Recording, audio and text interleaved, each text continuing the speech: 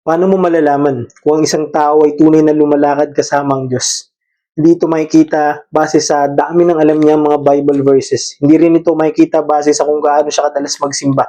Malalaman ito sa bunga na nakikita sa buhay ng isang Kristiyano. Dahil ang buhay na pinananahanan ng Espiritu ay laging nagbubunga ng magagandang bagay ng isang nakay Kristo. At hayag po ito. Hindi maaaring ikaw lang nakakaalam ito sapagkat ito'y makikita ng lahat base sa pamumuhay mo. At ano ang mga bunga ng Espiritu? Pakinggan mo to kapatid. Subalit ang bunga ng Espiritu ay pag-ibig, kagalakan, kapayapaan, pagtsatsaga, kabaitan, kabutihan, katapatan, kahinahunan at pagpipigil sa sarili. Ang sulat po dito ni Apostle Paul sa mga taga-Galacia ay tungkol sa isang malaking usapin na marami ang mga nagtuturo na kailangang sundin ng lumang kautusan para maligtas at upang makamta ng bagong buhay kay Kristo. Pero dito sa Book of Galatians, pinaliwanag ni Apostle Paul na ang tunay na pagbabago ay hindi nanggagaling sa kautusan lamang, kundi sa gawa ng Espiritu Santo sa puso ng tao. Kaya po dito sa chapter 5, ikinumpara niya ang dalawang buhay, ang buhay na pinamumunuan ng laman at ang buhay na pinamumunuan ng Espiritu. Dahil ang resulta ng buhay na pinamumunuan ng Espiritu ay may magagandang bunga.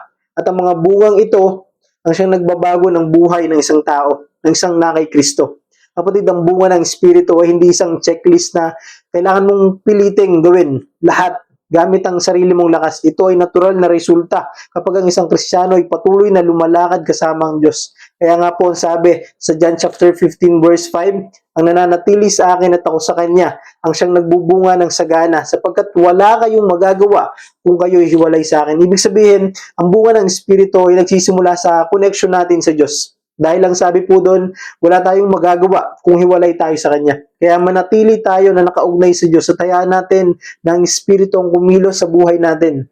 Hindi ang mga sarili natin, hindi ang ating sariling kalooban at nais natin. Kaya ngayon, kapatid, tanungin mo ang sarili mo, hahayag ba sa buhay mo ang bunga ng Espiritu? Lumalago ba ang pag-ibig mo sa Diyos at sa kapwa mo?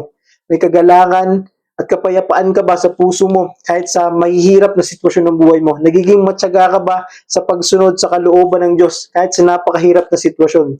Nakikita ba sa pamumuhay mo ang kabaitan, kabutihan at katapatan? Natututo ka bang magkaroon ng kahinahunan at pagpipigil sa sarili? Kapatid, kung iniisip mong mahirap ang mga ito, yes po. Talagang mahirap po ang mga ito. Kung magbabase tayo sa sarili nating lakas. At hindi din po sinasabi na sa loob lang ng isang araw, lahat ito ay perpekto mo nang magagawa. Hindi po kapatid. Pero may paglago ito bawat araw, bawat sandali sa pamamagitan lamang ng pagkilos ng Espiritu sa ating buhay. At laging po tandaan kapatid, hindi tayo nagbubunga para mahalin ng Diyos. Nagbubunga tayo dahil minahal na tayo ng Diyos. At habang mas pinipili nating sumunod sa Espiritu at magpasakop sa Kanya, mas nagiging katulad tayo ni Kristo. Kaya ngayon, kung pakiramdam mo kapatid, kulang pa ang bunga sa buhay mo, hindi pa ito makita sa buhay mo, huwag kang mawala ng pag-asa. Hindi mo kailangang pilitin ang pagbabago mag-isa. Lumapit ka lang sa Diyos at hayaan mo ang Espiritu niya ang kumilos sa iyo. Today is a good day to surrender your heart again. Let God shape your character, not just your circumstances. Because the greatest evidence of a transformed life is a heart that reflects the character of Christ. Amen?